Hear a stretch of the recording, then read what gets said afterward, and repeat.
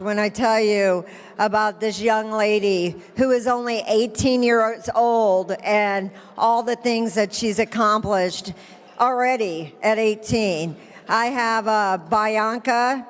Bianca Lewis is an 18-year-old hacker that has been working in cybersecurity since the age of 11. She started her journey by hacking a mock election reporting system at DEF CON at the age of 12, gaining national attention, leading her to attend a congressional hearing on election security. Since then, Bianca has become an international speaker discussing election security, social media, psyops, psychological warfare, women in tech, and other various cybersecurity topics at DEF CON, Black Hat, DEF Camp, and numerous other conferences, including HOPE, where she was the youngest ever to speak. I hope you all are listening, because I don't think there's anyone in here that probably has an 11-year-old that started doing what she was doing. She also started Girls Who Hack, her nonprofit with mission at teaching girls the skills of hacking so they can change the future. She provides free online and in-person classes on most topics in cybersecurity and online safety. Currently, Psych Lab is a key member of the Youth Advisory and Influence Board Cyber that exists to support the Hacking Games mission to guide the next generation with passion for hacking onto pathways and drive positive change in the world. So I want her to come up on stage. I want to give her the special honorary award. I don't even know what to say. I think she's awesome. And if you want to say anything, if you want to say a few words to our audience. Ooh, I would love to say a few words. Talking is my favorite hobby. Comes with being an extrovert. I just wanted to say, especially since I'm assuming most of you are over the age of 18, that the world is a scary place and the future is even scarier, but I'm doing everything in my power to ensure that the next generation of girls is prepared to help take on the world and make a real change. Thank you. That is awesome. You know, we go through, when people register, some of you may know we have a lot of removals, and we saw this girl, we thought she was 13, and we were like, we can't have a 13-year-old at our event. And then we read her bio, and she is 18, and she just started all this so young. So we're really proud to have her today. And I, as a mother, girls, I love what she's doing in the industry. So I'm going to give you guys about 2 more minutes, and then I'm going to introduce our keynote speaker. So if the staff wants to keep serving any entrees, I just ask that once our keynote speaker starts, please not pick up. Was everyone served their entree? Staff, we've got a couple people over here. We have someone I'm trying to get the staff to look up at me. Can you guys help me with the staff? Mike, can you help me? There's several people over here that have not been served. Heather, can you keep an eye on them so we can show the staff? Again, raise your hand on who hasn't been served over here. We've got 3 people over here. 4 people.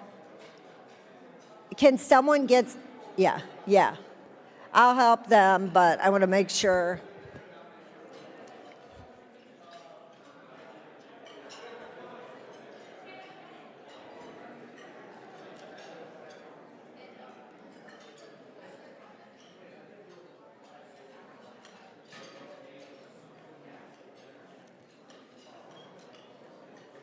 Heather, I might need you to go back to the kitchen and just try to get someone.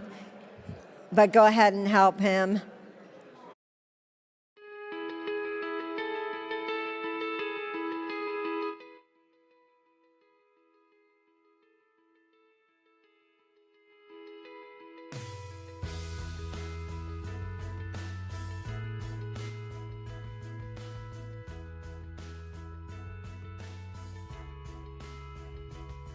FutureCon has been an amazing resource for an early stage startup like Track.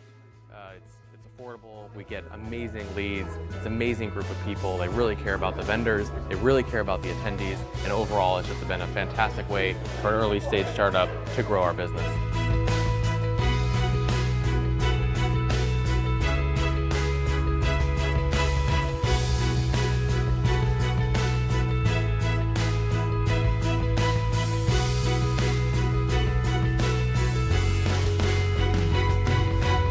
This is my first FutureCon, and I'm so grateful direction to be here. And oversight to a comprehensive program.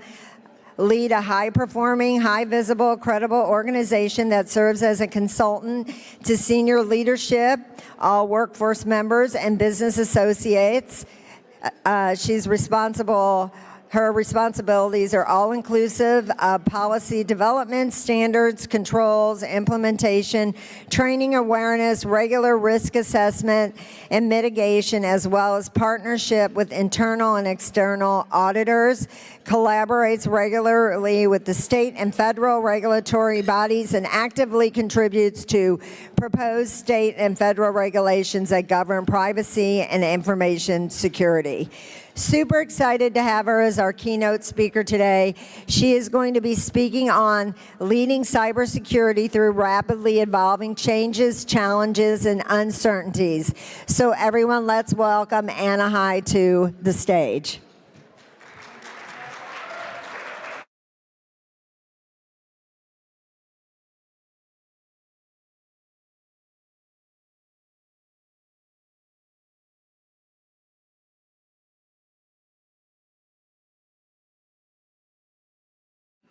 Thing out of my bio, and that would be Super Bowl champion. All right, so let's get started here. I can't find the clicker, so I'm just going to roll into this. I need my slides displayed. Can somebody change the screens? There we go. All right. Thank you for affording me the time over your lunch to have a conversation about some of the challenges that I'm seeing as a healthcare CISO.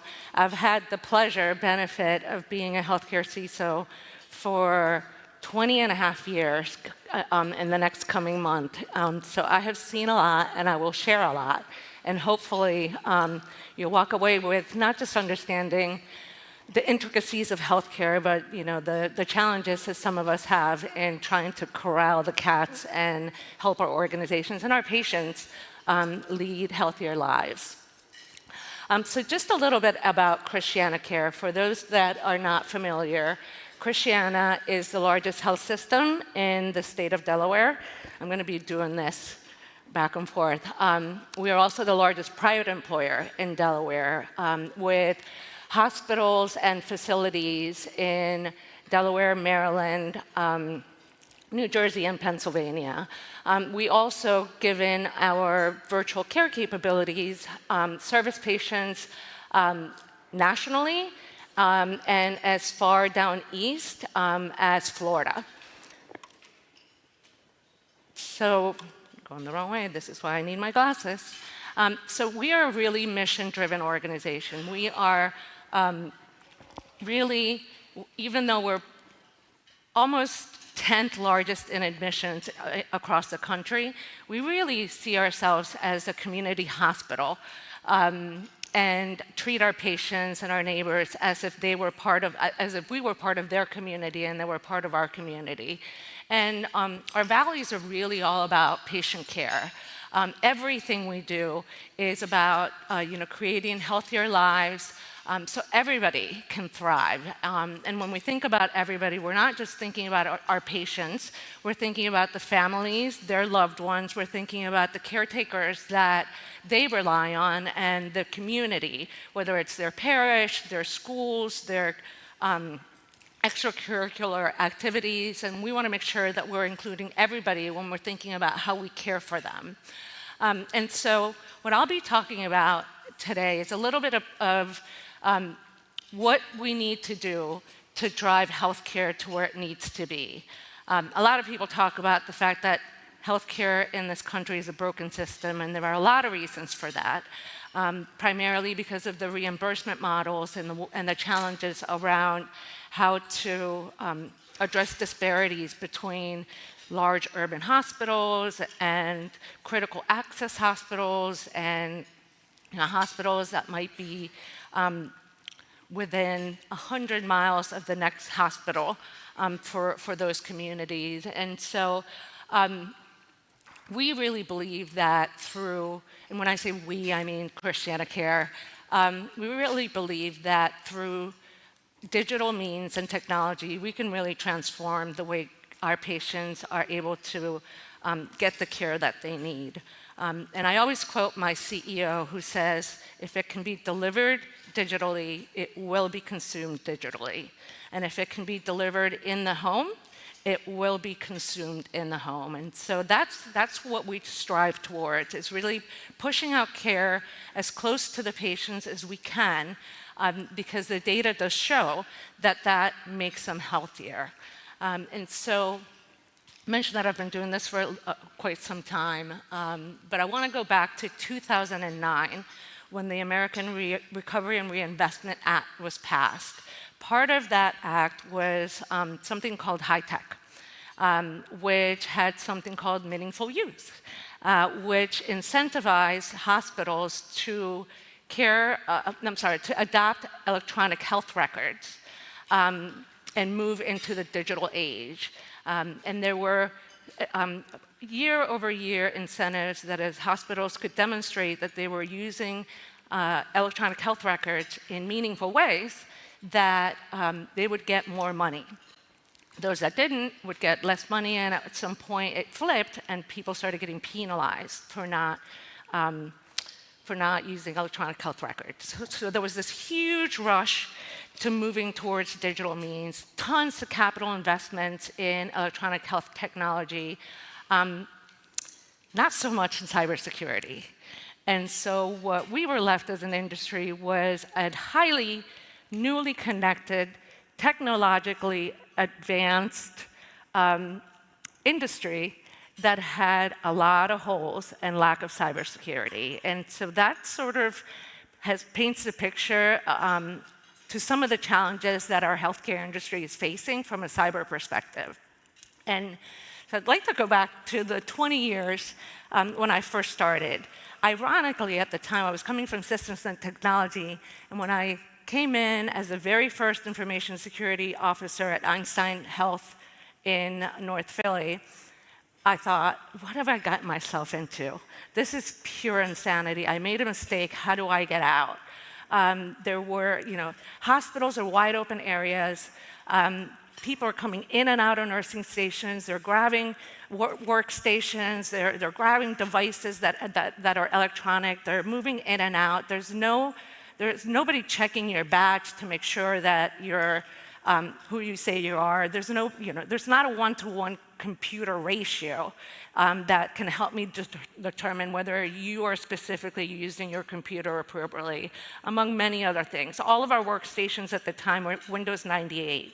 This was 2005. They were not running antivirus. It was wild. Medical records at the time, medical devices at the time were electronic. They are essentially technical devices that are often attached to a computer running an operating system. And at the time, most of them were air-gapped. They were not connected to the network. They were not connected to anything. So even if you couldn't patch them, even if they had a ton of vulnerabilities, it really wasn't that big of a deal. Are you laughing at me because I look ridiculous with my glasses? That's no longer the case. Today, everything is connected to the network. Medical devices need to speak to not only our electronic health records, but to the cloud, to ambulances, to patients' homes, to other hospitals. The interconnected nature of everything today has vastly expanded the geographical nature of what we have to protect. It's no longer that we need to protect things that are in the four walls of our hospital.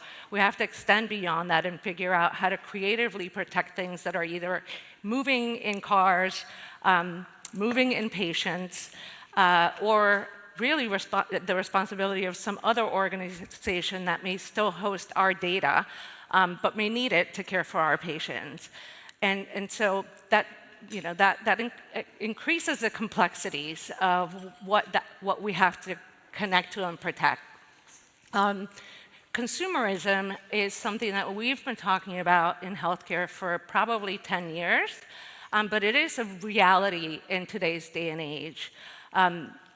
We no longer compete with the hospitals that are down the street. We are competing with Walmart. We are competing with Amazon. We are competing with the tech industry out west.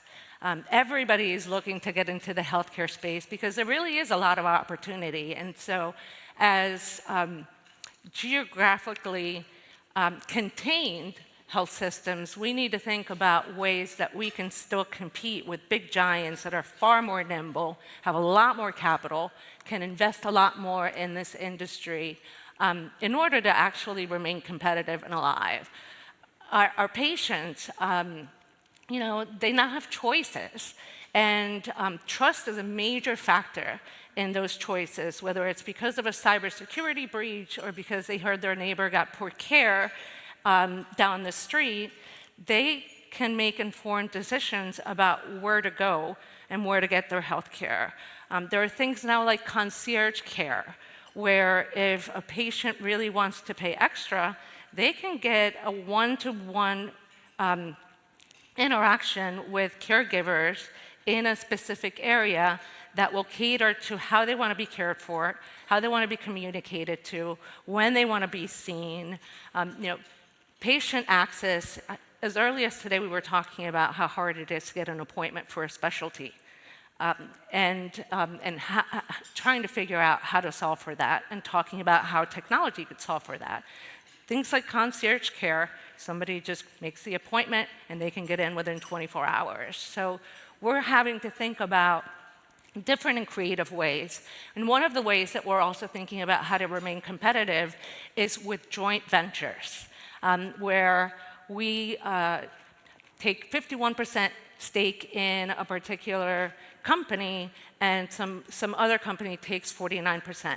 And perhaps they care for the patients and we deliver the technology, perhaps they deliver the technology and we leverage our care management systems, but it creates real complexities for cybersecurity, because who's on first? Is it their CISO? Is it me? What if they don't have the type of cybersecurity postures that we deem necessary to align with our posture? I have one scenario that I'm dealing with today where we're looking at a joint venture. Everybody thinks this is really, really important in order for us to be competitive in the surgical space. They want us to connect VPNs to third parties that we have no relationship with in order to do this. Would anyone do that here? Imagine me having to explain why this is a problem and how we cannot possibly do this conceivably. Luckily for my organization, I've been there 10 years. They understand that when I share risks, I'm not just spreading fear, uncertainty, and doubt, but real challenges that we're all seeing across this industry. Mobile health apps. Everything now needs an app. And those apps can be used by patients at home to beam to the cloud, to beam back into our network and integrate into our EHR. They can be used by our clinicians at the bedside to be able to care for patients. We have virtual nursing capabilities where people are walking around with iPads with an app such that somebody 50 miles away, a physician 50 miles away, can visit the patient in the hospital and have a true one-to-one care interaction without having to physically come into the building. Another area where this presents an interesting challenge is around a law that was passed probably about 5, 6 years ago, requiring healthcare organizations to provide electronic access to patients to their medical records in a way and in a format that they want. Which essentially meant any patient can show up at our hospital or our clinics and say, I want you to download my medical record to this app, whatever app they choose. And although at that point, one can argue, not my responsibility to protect that information anymore. I'm not in this for my skin.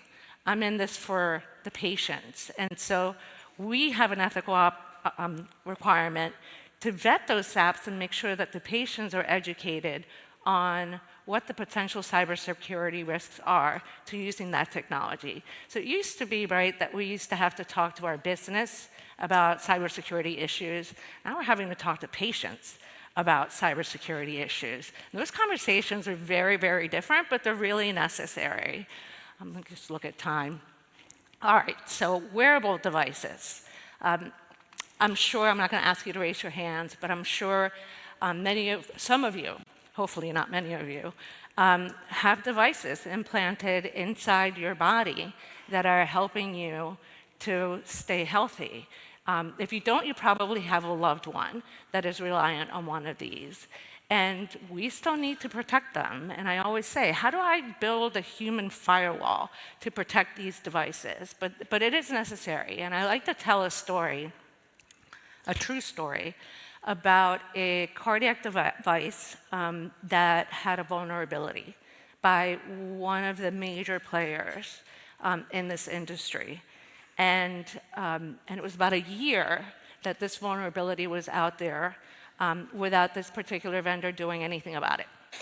There was no exploit in the wild, but still, this is there's a vulnerability that could, if any of you have seen 24, the hacker that gets in, that's what we're talking about in this particular scenario, the potential for somebody to do that. And a year later, the FDA got involved. They regulate medical devices and basically said, you will patch this device. And they did. And I think all of us clapped our hands and were really thankful. But then another reality set in. Now what? What do we tell the patient? Hey, come on in. I'm going to give you a firmware update. What if the patient said, well, then take it out of me? Is that clinically sound? Even if it is, who pays for that? Because I doubt that any insurance company has that in their policy. If a patient wants to remove a clinical device, we'll take care of it. And so we really had to get together with our clinicians and risk and legal and have a real conversation about what do we do? We don't want, these patients rely on this thing to keep them alive. Do we want to give them a really good scare? Is that healthy for somebody with a bad heart? And so we made the decision not to do anything and to monitor for a publicly available exploit before we decided to engage patients. And that was, probably 8 years ago. And nothing, knock on wood, nothing has happened. But that's the reality of what we have to deal with when we're thinking about these implantable devices. Give you another example, because I think this one's kind of wild and interesting. I just looked at a contract for an added functionality to an existing system. And so we currently have a system that if a patient is suffering from a particular event that is being managed by an implantable device, and they're in an ambulance, and they're on the way to us, the ambulance can beam the metrics from the device to a wireless access point that lives inside the ambulance, which will then beam into our emergency room and download that data to our devices to let us know the state of that device. And that helps anticipate the care planning for that patient, so that when they arrive, the clinicians know exactly what needs to be done to that patient, and it's not at that time that the clock starts ticking, which is awesome. This new functionality lets the clinician program the device while it's in transit if it sees that tweaking the device can actually help the patient while they're in transit. Think about that. Think about the confidentiality, the integrity, and the availability of that information in that device, all of it, the whole ecosystem actually effectively working before that patient gets into the hospital, into the emergency room. And these are not, this isn't a cough. This is somebody with a life-saving device, and now we're kind of playing God, digital gods with this type of technology. But these are the challenges that we have to consider and secure. Hospital at home and patient monitoring and things that have blown up, and telehealth and virtual care since COVID hit. More and more organizations have begun adopting these capabilities.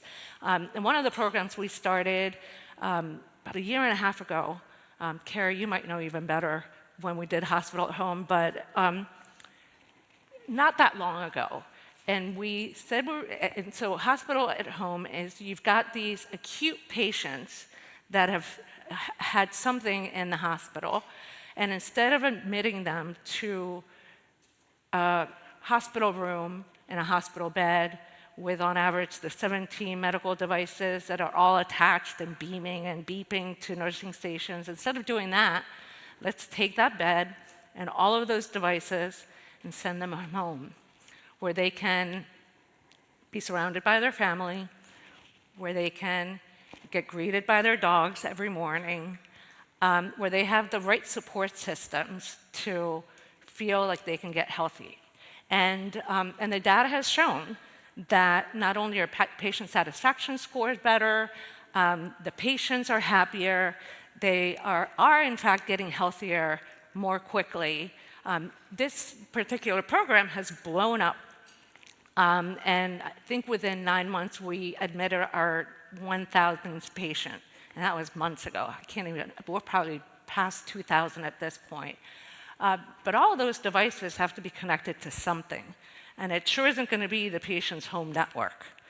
And so right now, we pay a company to manage the connectivity and the security and the break fix of those devices, but it's really expensive, and our hospital is already talking about how do we bring that in-house. Well, that means I've got to figure out how to drop a network, whether virtual or physical, into these patients' homes, connect all of those devices, get all those logs, do vulnerability management, do asset management, do all the things, patch management, all the things that we do inside the four walls of the hospital, I'm now going to have to do in all of these people's homes. So I might have 5 major hospitals, 180 physical facilities. Now I'm going to have 1,000 patient homes that I have to secure. Interesting challenges, but exciting challenges to try and solve for. I mentioned that we are very community-driven, and so oftentimes we are taking our clinicians and sending them to community events. We've got wagons that we drive around Delaware and park in parking lots, whether it's a Home Depot or a Walmart, so people can come and get their breast checkups, get their teeth cleaned for a variety of different reasons. But all that requires technology now. And so we are driving out technology to community centers, to schools, to parking lots, because we believe that the closer we get to the home, to the patient, the healthier they'll be. I haven't talked about innovation. We are highly innovative organizations. We love to be the first to do the thing, to grab onto the technology. In my previous role, I had a CIO that would say, I don't want to be the first. I don't want to be the last. I want to be like the 11th. Where he got 11, I have no idea, but that was his thing. I want to be the 11th one. I want everybody else to suffer through the pain of the new technology, and I want to get in when that suffering's over. My new CDIO, well, new, 10 years, my existing CDIO, it's like, let's go. What conferences can we go to for startups? How can we do things in our innovation center that haven't been done before?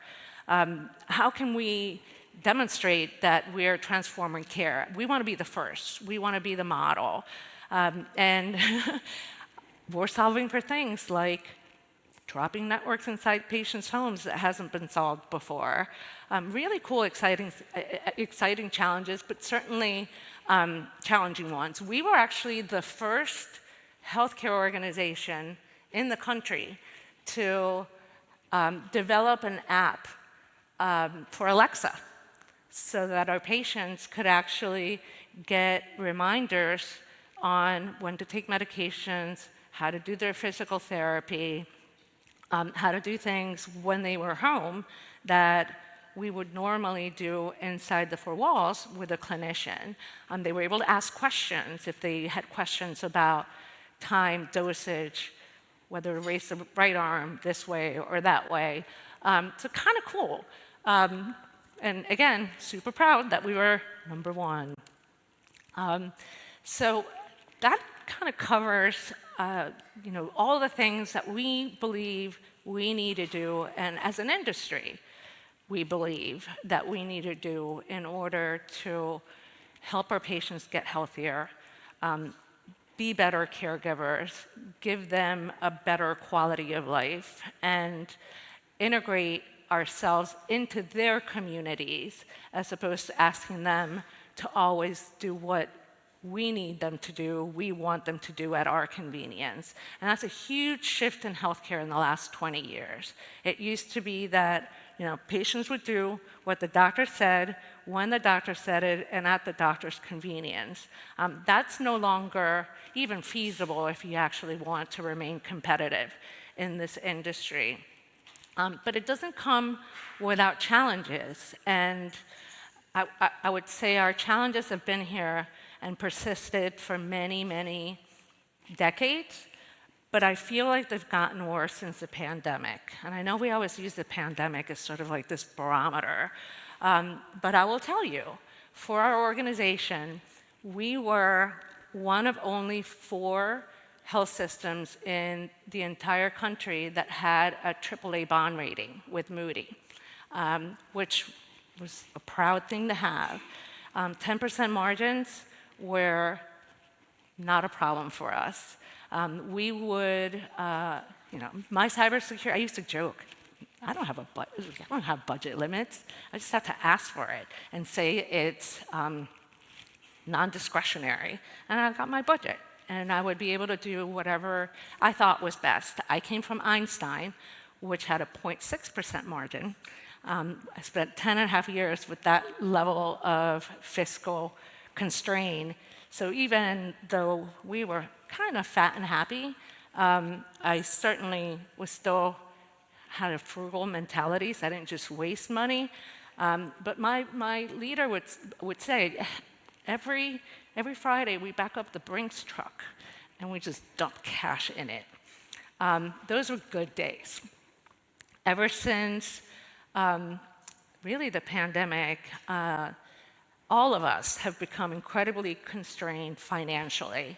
And it's not just ChristianaCare, it's across the board. I talk to my peers, I know a lot of systems in healthcare. We are all like a really tight-knit community nationally, and we're all challenged with very similar problems. And so what has happened since then?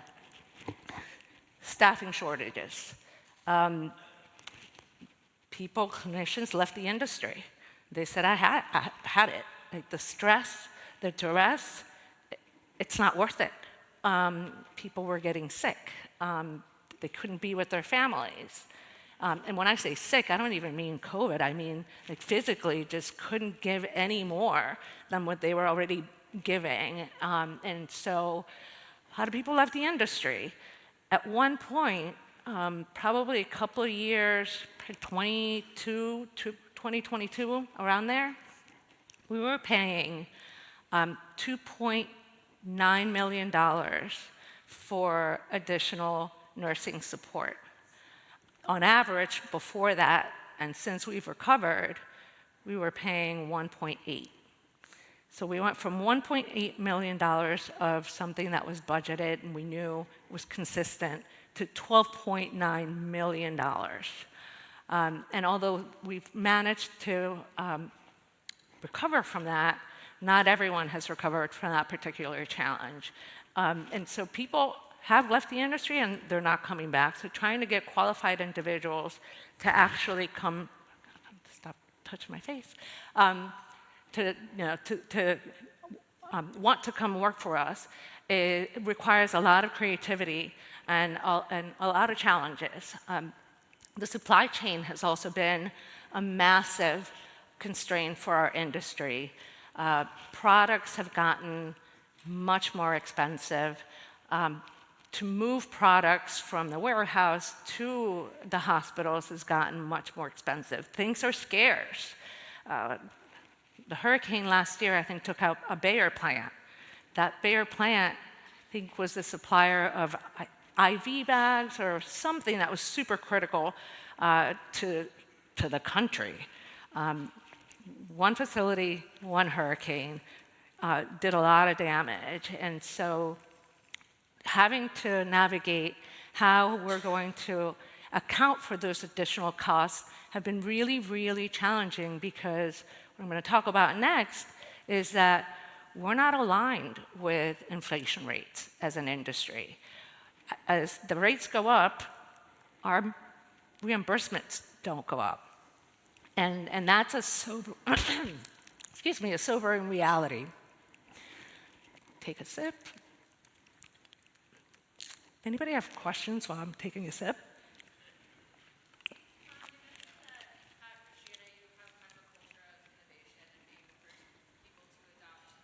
Security practice or a technology. Have you found that that has impacted your ability to obtain cyber insurance or more like liability insurance, or has that kind of creeped into your cyber budget, if that makes sense? That is a great question, and actually one I've never thought of. So the answer is no. I think we have really good relationships with our brokers and our insurance carriers and really know each other well. So we've been able to manage our premiums. But I think the cost of innovation and the fact that cybersecurity is at the table when we're talking about these innovative things has really helped us to manage those concerns from our carriers. And so going back to my presentation, and I promise I will take questions in the end, I'm watching my time, healthcare reimbursements. So this is a really complicated issue for the healthcare industry. Many of us have large percentages of our reimbursement which are tied to Medicare and Medicaid. Medicare and Medicaid pay 75 cents on the dollar, which means that for every dollar we spend, we get 75 cents back. We lose 25 cents. And for a multi-billion-dollar organization, that's a huge chunk of change. It's a huge number that needs to be made up somewhere else, whether it's through private insurance, whether it's through doing innovative things like joint ventures and technology advancements and other things that will get us that money back. But it's contributing to those shrinking margins that I was talking about, because as things get more expensive, as labor costs get higher, material costs get higher, as doing the cost of pharmaceuticals, I haven't even talked about pharmaceuticals, as those costs get higher, we don't make more money to pay for those things. We end up with our existing payment models. And so we continue, so our margins just continue to shrink and shrink and shrink and shrink. And if you look at this particular little slide over here, we're going to go from $2.8 million in the supply chain market to 9.6 by 2032. So in 10 years, the suppliers will have gotten real fat and happy. Not so much us. And so the scales have tipped, and they're not going to tip back unless we change the way that we either take in money, how we expend money, or some other way. So as I've been talking about all of these cool things that we need to do with technology in order to care for our patients, how are we going to pay for them? Because they're all getting more expensive. But they are all necessary in order to drive down the cost of care. And so where's the balance? And how do we find that balance? And how do we invest in security to protect all of the technology that we need to figure out how to fund? And so as you can imagine, as a CISO in healthcare, I'm scratching my head going, like, how are we going to do this? But I will say, if I can, I want to be part of the solution. And that means having a seat at the table. It means having an understanding of our business and our clinical needs, our strategic direction, our challenges, and then helping them by creating a secure ecosystem that makes it far less expensive to invest in security up front than it does to bolt it on after the fact. Of course, we need to protect the things, but I think we all can recognize if we can bake cybersecurity into the fabric of those strategic components, it's going to be a lot less expensive and a lot more rewarding than if we do it after the fact. Another major area of challenges is regulatory uncertainty. I heard somebody yesterday call it the circus, the regulatory circus. It's wild. And we have to navigate all of that uncertainty while still moving forward and doing the things that we need to do. And so when I talk about regulatory uncertainty, from a cybersecurity perspective, I'm certainly talking about the HIPAA security rule. There was an update to HIPAA that was issued last fall, very aggressive, very prescriptive.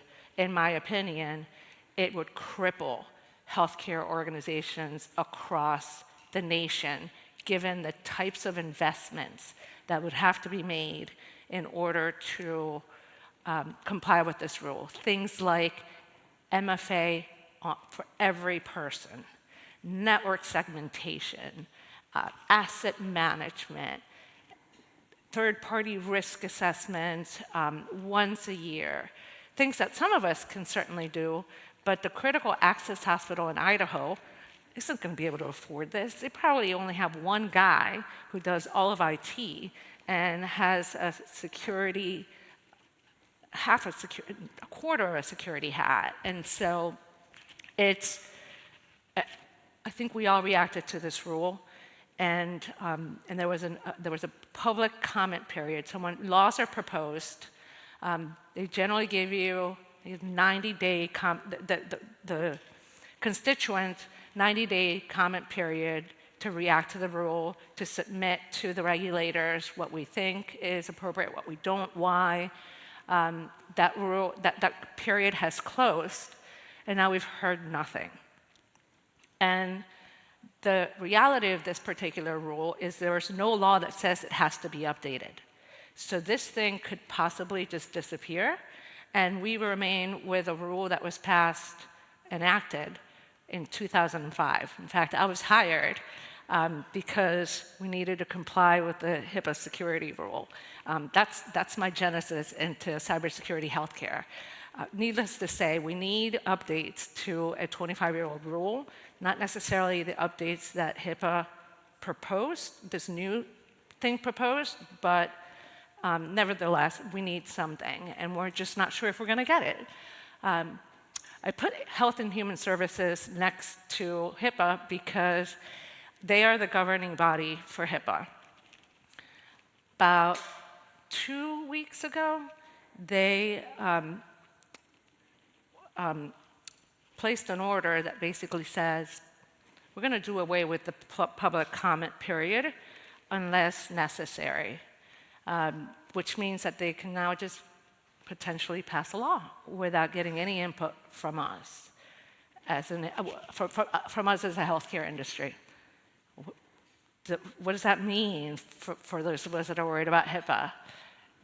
Do all those comments go away? Does the whole law go away? Do people that are not healthcare or cybersecurity professionals going to pass a law without any knowledge of how to do cybersecurity in healthcare? We don't know. So it's really uncertain from a cybersecurity perspective, but it's really uncertain for a lot of other reasons. Talked about the reimbursement models. I talked about our over-reliance on, as an industry, on Medicare and Medicaid. Is it going to be there? Is it going to be slashed? Is our reimbursement models actually going to get worse instead of better? How do we do budget planning? How do we maintain fiscal health if we have absolutely no idea where a large percentage of our money is going to come from? It's stifling, yet we still have to continue to care for patients. There are also a lot of uncertainty around all of the policies that are now allowed under for telehealth. So when COVID hit, they created all these waivers that basically said, before you were not allowed to practice unless you were in the state that you're in and you're licensed in the state that you're in.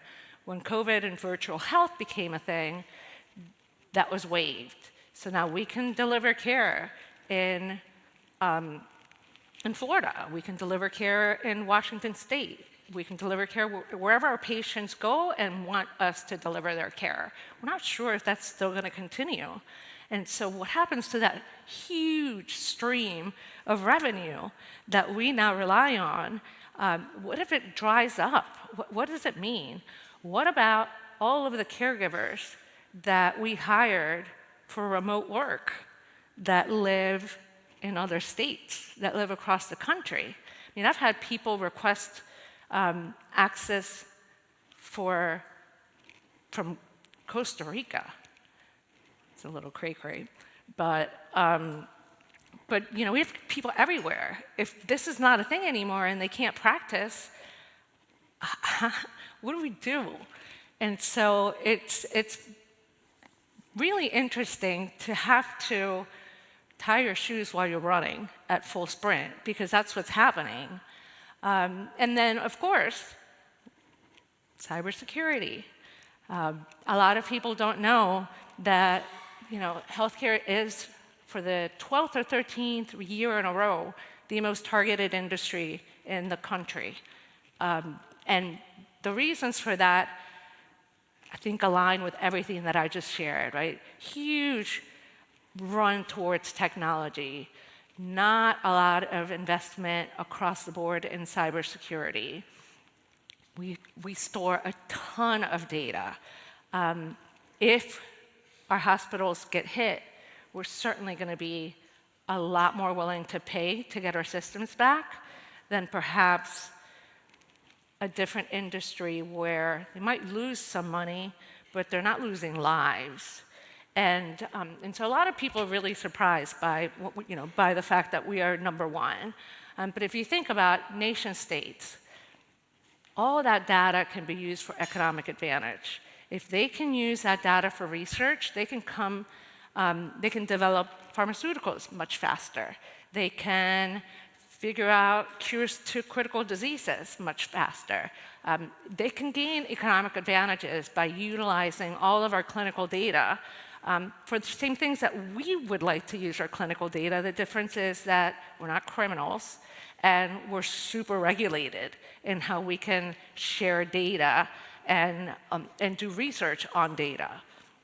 You know, we have a lot of systems, medical devices. I mentioned medical devices are often just pieces of hardware that are tied to a computer that are running an operating system. And if I give you the example of an MRI machine costs millions and millions of dollars. It's this huge thing that it would cost probably $1 million just to get it in and out of the facility. They're designed to run for a decade, maybe 2 decades, but they're running a Windows operating system. And Windows operating systems aren't designed to run for decades. Microsoft wants their money.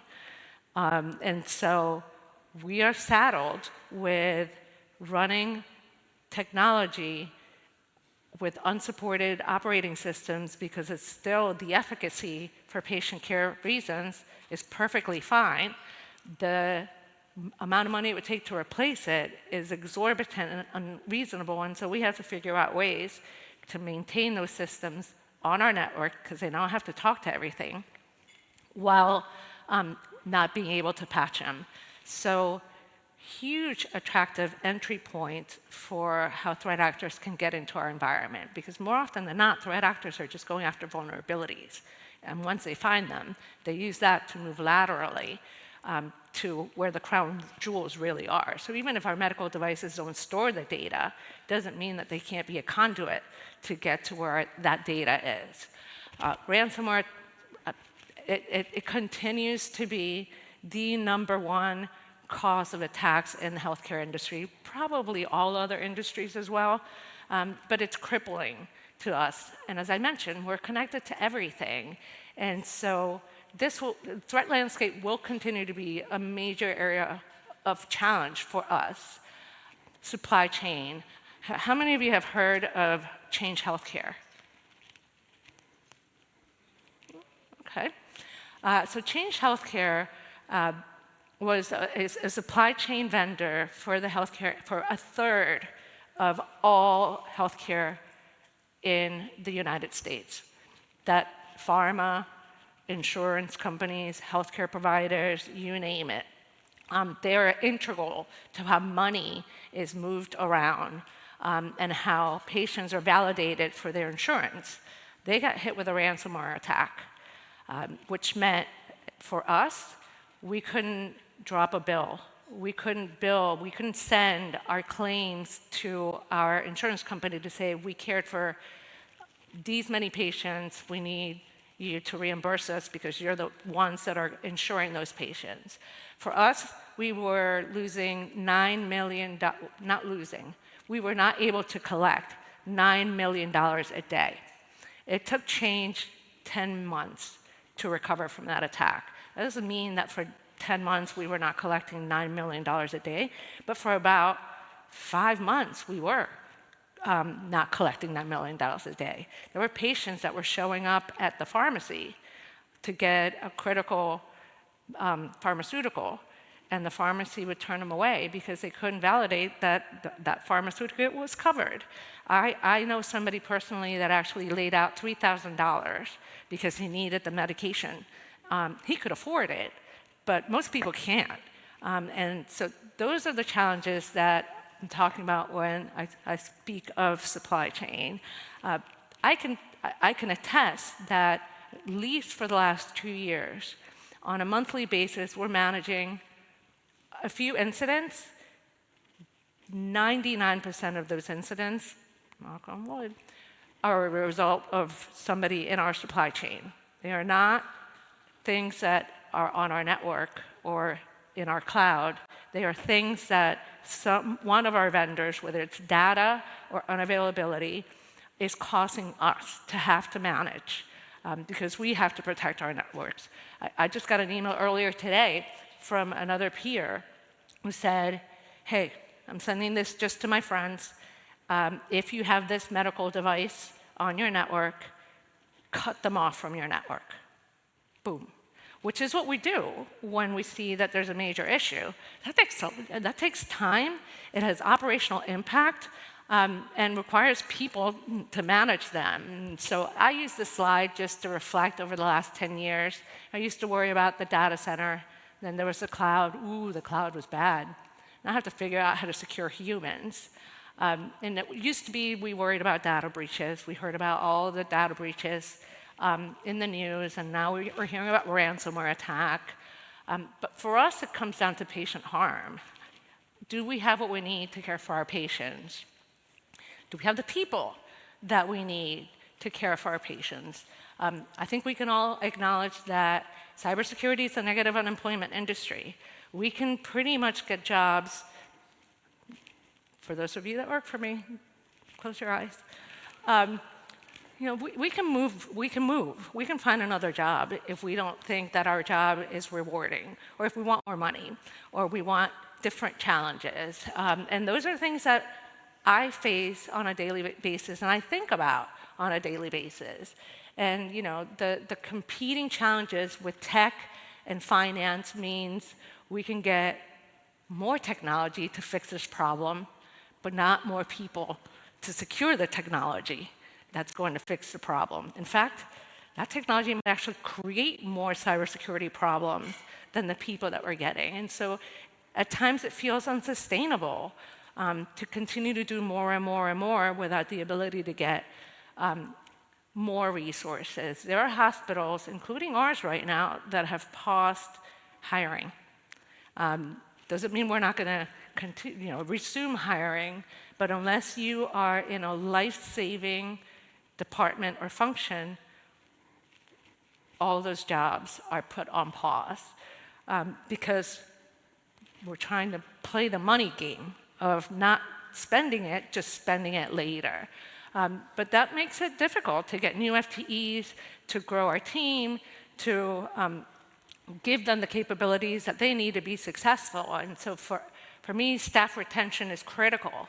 How do I keep my awesome team happy, rewarded? So we think about training.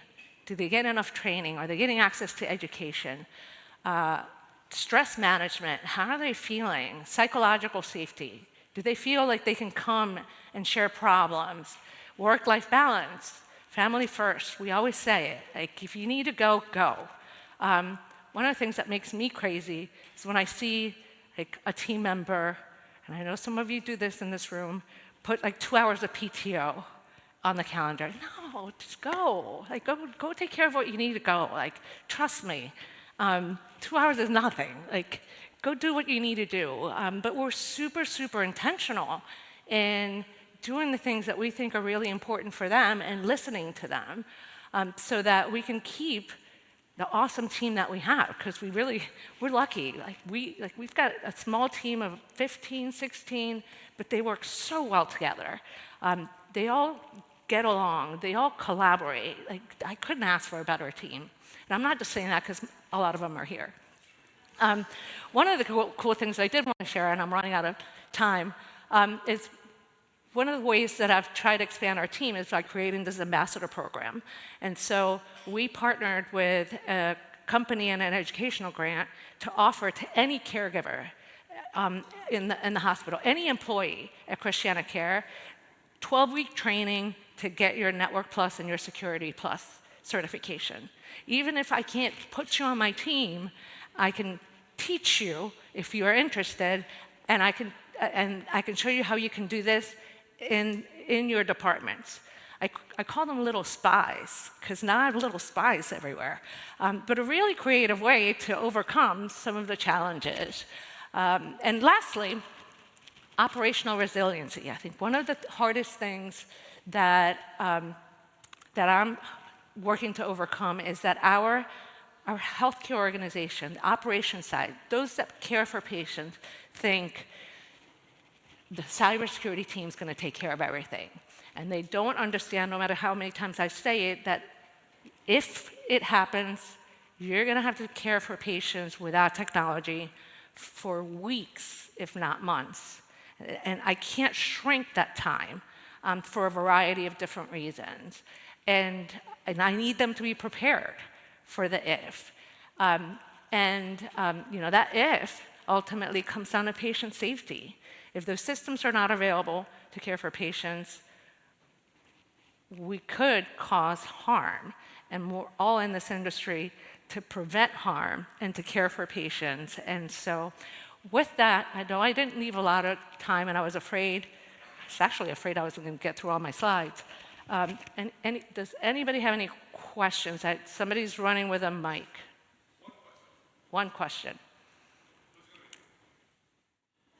I got lucky. I solved all their problems. There's somebody over here.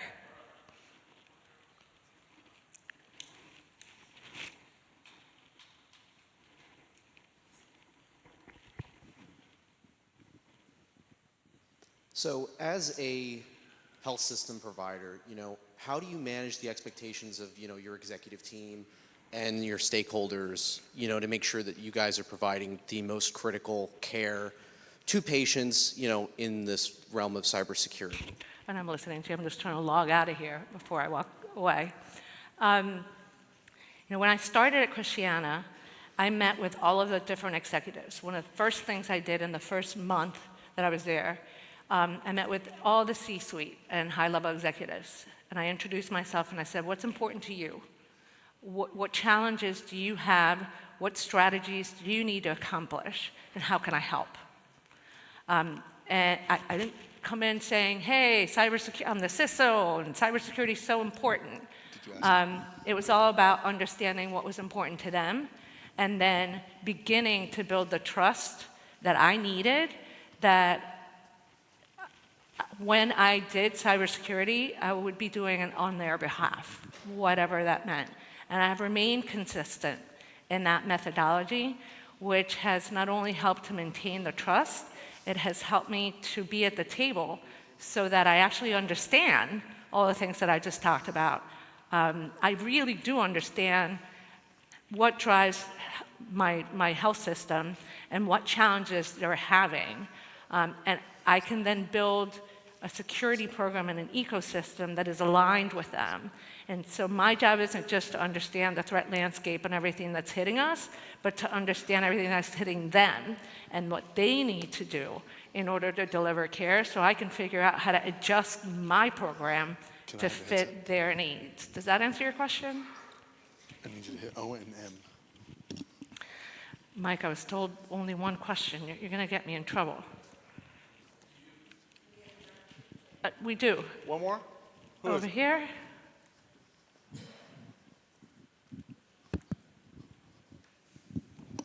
So you've got technology, you've got your users, you've got your staff, you've got your patients. From the cyber program perspective, where do you think you're spending the most time? Where's your time? Your time having to be dedicated to keep the program successful?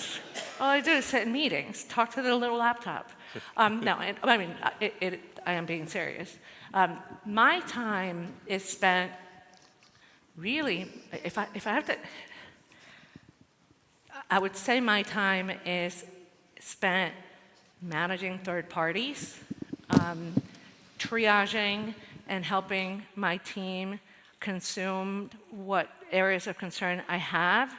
An area of growing focus for me is getting our operational side of the house, who still thinks it's my job to help them figure out how to care for patients in a downtime, to understand their ownership in this so that they're prepared. I feel like I have an awesome team that can do the day-to-day operations, and they're whacking the moles and doing the things that they need to do, which frees me up to be able to have that long-term vision of what next. And so I think from a cyber perspective, they've got it, and now I need to figure out how to get our executives to own their role in being resilient when it comes to a massive boom type of event.